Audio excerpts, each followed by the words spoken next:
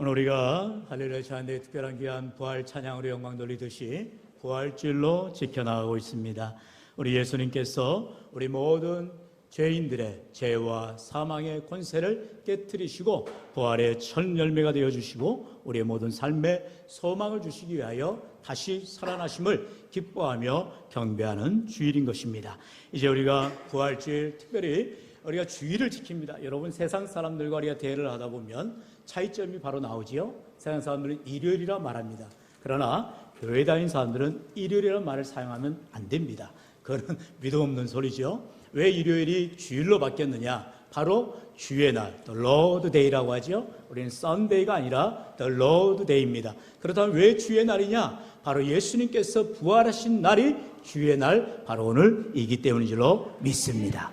여러분, 우리는요, 안식교도들이나 다른 기타 이단 종교들처럼 토요일을 예배하지 않아요. 토요일 날 주일로 섬기지 않아요. 원래 안식일은 토요일이었지요. 그러나 이제 안식 후 첫날 우리 주님께서 새벽에 부활하심을 이제 초대교회가 기념하며 그때부터 모여 예배드리는 교회가 시작이 된 것입니다. 그러므로 우리는요, 바로 이러한 말씀에 근거하여서 우리가 복된 주일을 지키는 것이요, 또 오늘은 특별히 부활주일로 감사하며 경배하는 귀한 예배가 되는 줄로 믿습니다. 오늘처럼 우리가 부활주일을 지켜나가면서 그 부활의 은혜를 깨닫고 또한 부활의 소망을 가지고 나아갈 때 오늘 저와 여러분의 삶 가운데에 참으로 이 세상에 힘들고 고난과 어려움 가운데 있다 할지라도 여전히 우리의 삶에 부활의 소망이 되어주시고 내 삶의 생명이 되시는 주님의 크신 은혜가 넘치시길 주의 이름으로 간절히 축원합니다. 그렇다면 예수님께서 온 인류를 위하여 이처럼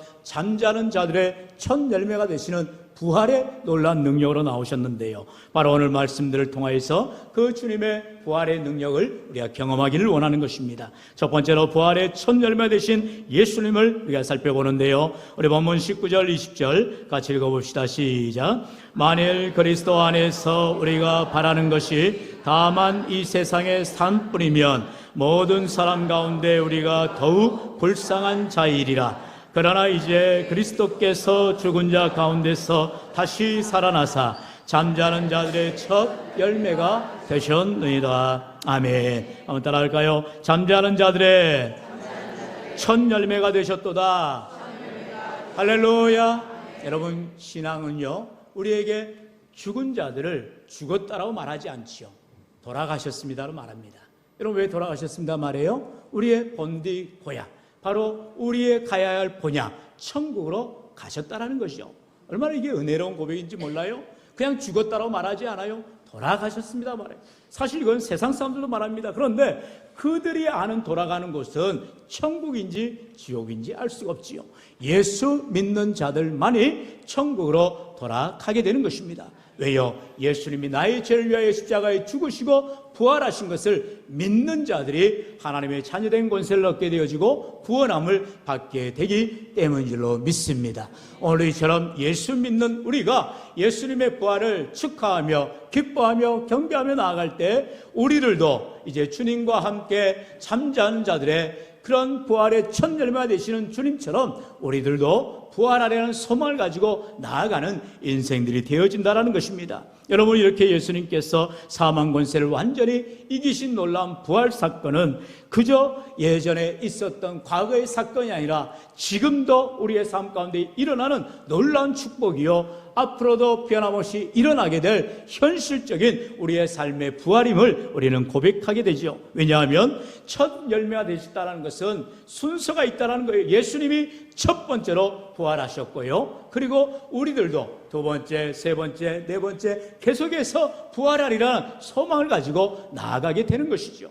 왜 순서를 넣었어요? 바로 주님이 우리 앞에 부활의 첫 열매가 되셨을 뿐만 아니라 우리들도 주님을 따라서 부활하기 때문에 그러한 소망의 순서를 말하고 있다는 것입니다. 그래서 에베소서 2장에 보면요, 4절로 7절에 말씀합니다. 우리 한 절씩 교독해 볼까요? 제가 먼저 4절 읽습니다. 긍휼이 풍성하신 하나님이 우리를 사랑하신 그 큰 사랑을 인하여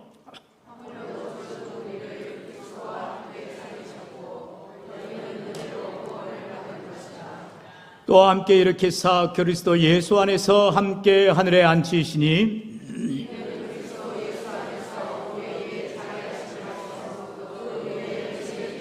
풍성함을 오는 여러 세대에 나타내려 하심이라. 아멘. 하나님께서 죽은 지 장사된 지 사흘 만에 예수님을 다시 살려내셨듯이 오늘 말씀에 뭐라 해요? 바로 5절에 우리들도 그리스도와 함께 살리시는 하나님, 할렐루야. 예수님을 살리신 하나님은 우리들도 살리실 줄로 믿으시길 축원합니다. 이런 부활에 대한 확신을 갖지 못한다는 것은 하나님을 알지 못하는 것이요, 믿지 못하는 것입니다. 하나님이 죽은 예수 그리스도를 살리셨다면 우리들도 살리실 것을 믿으셔야 되는 것입니다. 여러분, 그 믿음 가지고 우리가 예수님과 함께 일으키사 우리들도 하늘에 앉게 된다라고 말하고 있어요.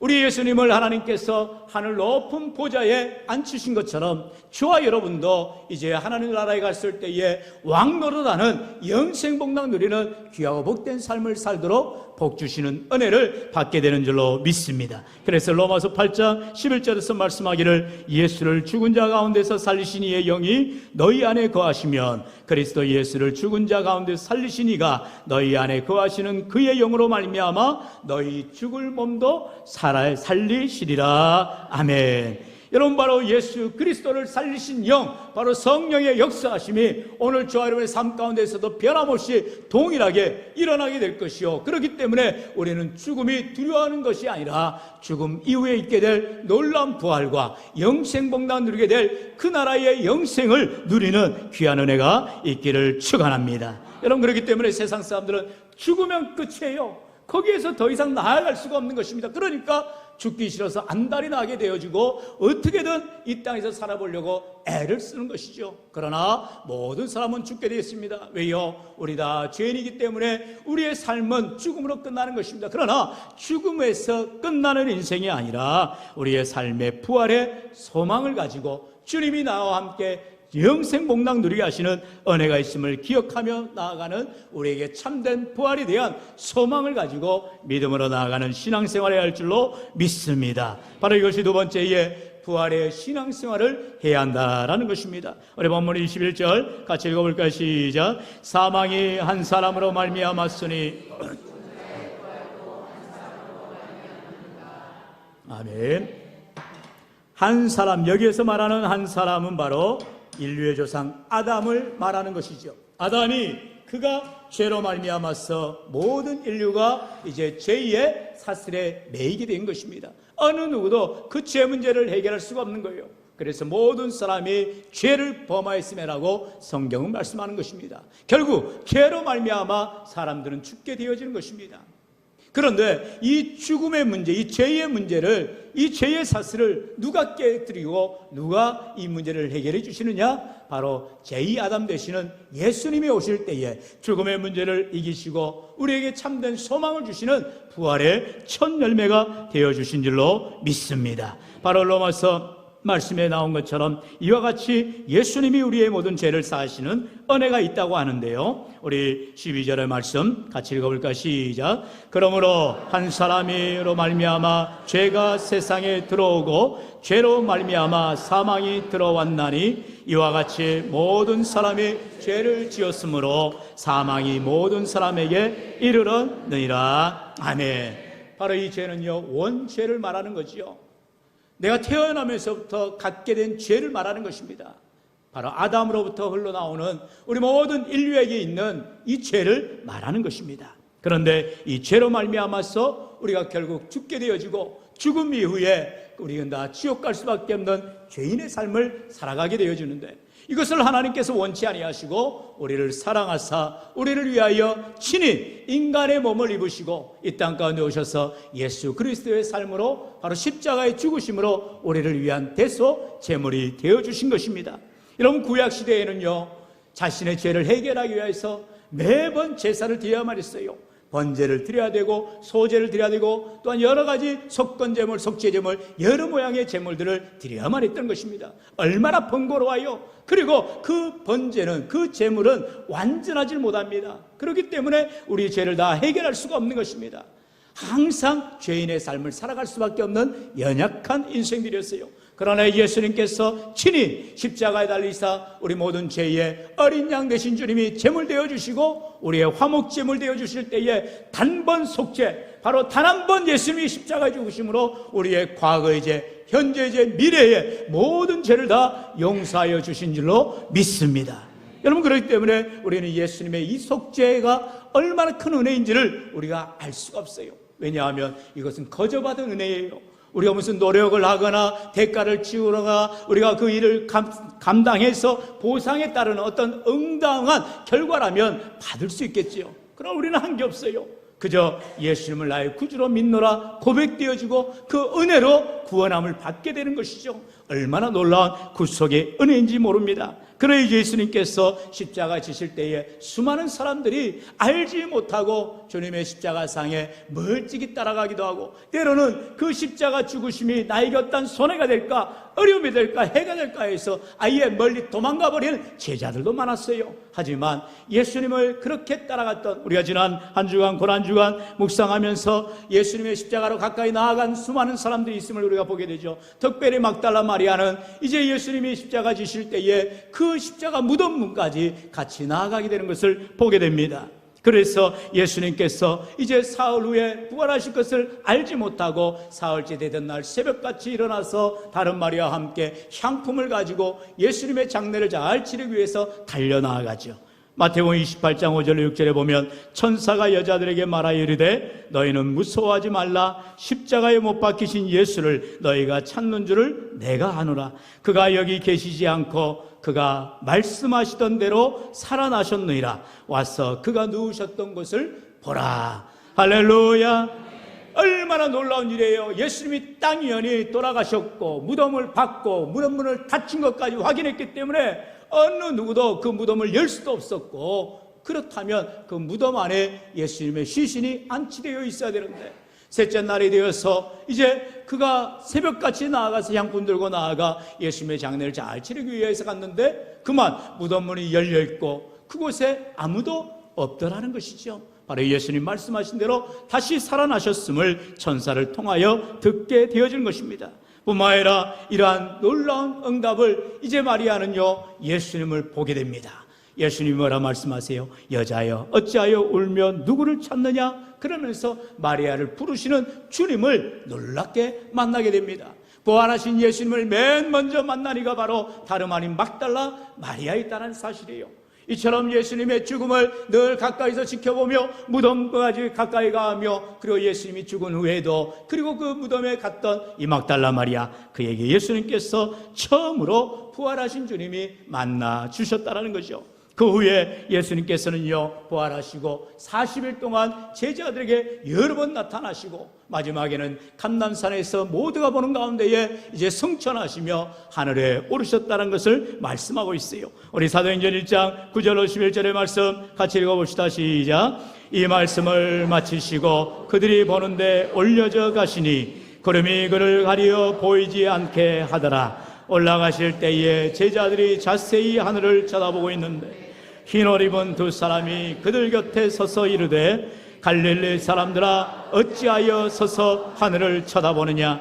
너희 가운데에서 하늘로 올려주신 이 예수는 하늘로 가심을 본 그대로 오시리라 하였느니라. 아멘. 할렐루야. 정말로 놀라운 것은 예수님이 말씀하신 대로 다시 살아나셨을 뿐만 아니라 이제 부활 승천하신 후에 다시 오실 것이라 분명히 말씀하고 있다는 사실입니다. 우리 주님께서 2000년 전 이 땅에 어린 아기로 초림하셨다면 이제 우리 주님, 우리 시대에 아니면 우리가 죽음 이후에도 우리 주님 반드시 재림하여 주실 것이다, 다시 오실 것이다 약속하고 계시다라는 것입니다. 문제는 무엇이에요? 이처럼 예수님의 부활에 대해서, 예수님이 다시 오심에 대해서 믿지 않고 그것이 거짓이라고 하는 사람들이 있다는 거예요. 만약에 우리가 예수를 믿는데 예수님이 부활하지도 않으셨고 예수님이 다시 오시지도 않는다면 우리같이 불쌍한 사람이 어디가 있겠어요? 얼마나 연약한 인생이 되겠어요? 그래서 오늘 본문에 바울은 그와 같이 말하고 있는 거예요. 우리 다시 한번 19절 말씀 같이 읽어봅시다. 시작. 만일 그리스도 안에서 우리가 바라는 것이 다만 이 세상의 삶뿐이면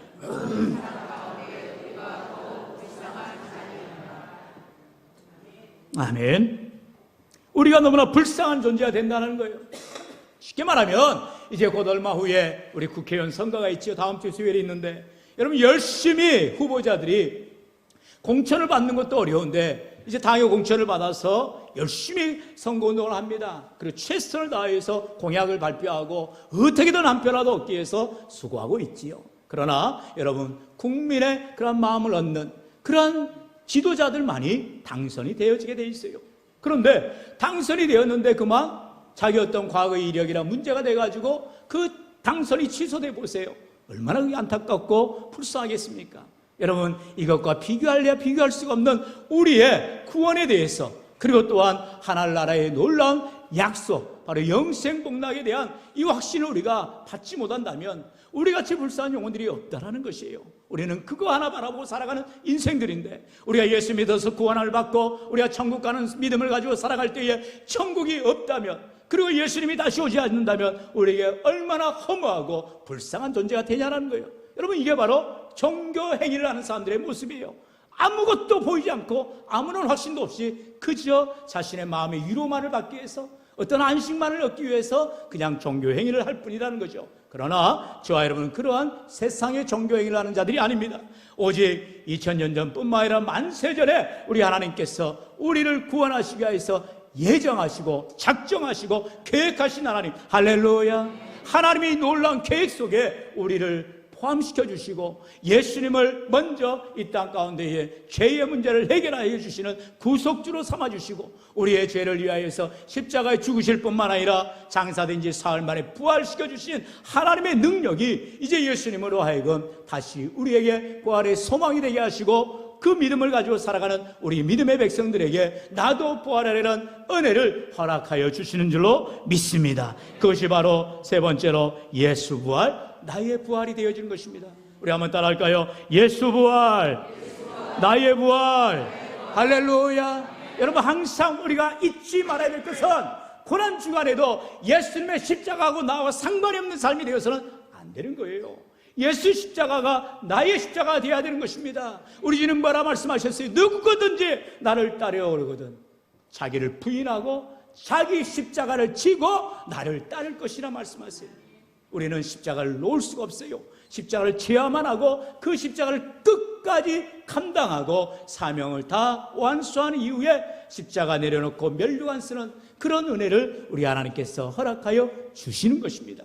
여러분 그렇기 때문에 만약 우리가 신앙생활하면서 아이고 십자가가 힘드네, 십자가가 고통스럽네, 여러분 그건 신앙생활이 아니죠. 십자가를 가지고 나아가는 생활이 신앙생활이요, 어려움을 인내하며 감당하는 것이 믿음 생활인 것입니다. 여러분 그러나 감사할 것은 우리가 지난주 주에도 말씀을 보았듯이 구레네 시몬과 같이 얼마나 감사해요. 그가 억지로 십자가를 졌지만 사실상 주님이 함께 져주셨다는 거예요. 우리 주님이 함께 우리와 함께하여 주신다는 사실이 얼마나 감사할 일이에요. 내가 슬플 때에도 나 혼자 슬퍼하고 외로워하는 것이 아니라 주님이 나의 슬픔을, 나의 외로움을 달래주시고 위로하여 주시고, 내가 기뻐 찬양하며 즐거울 때에도 우리 주님이 함께 기뻐하시고 즐거워하시는 그 주님과 함께 동고동 나갈 때에 우리가 임마누엘 되신 주님과 손붙잡고 끝까지 믿음으로 승리하시기를 축원합니다. 바로 이러한 부활의 신앙을 가지고 주님을 맞을 준비하며 나아가는 자들에게 우리 주님께서 마지막 때에 칭찬과 영광과 존귀함으로 함께하여 주시겠다 말씀하고 있습니다.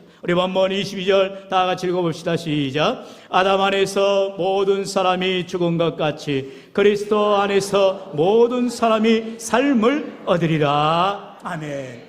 아담에서 끝났다면 우리는 죽을 수밖에 없고 다 절망의 삶이 될 수밖에 없지만 성경은 그리스도 안에 있는 모든 사람이 삶을 얻으리라 약속하고 있는 것을 봅니다.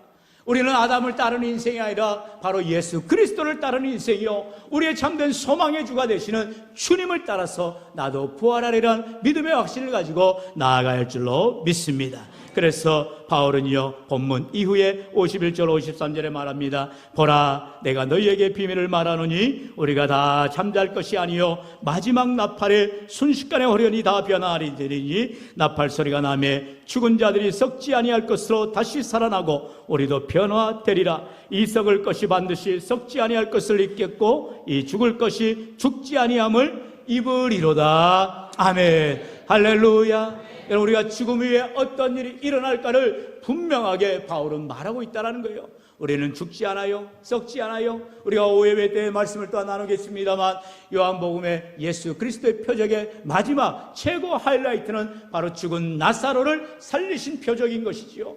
예수님이야말로 죽은 자를 살리실 놀라운 기적의 하나님이신데, 바로 본인도 죽으시고 사흘 만에 다시 살아나셨다는 놀라운 사실을 우리가 바라보게 되어지다는 것입니다.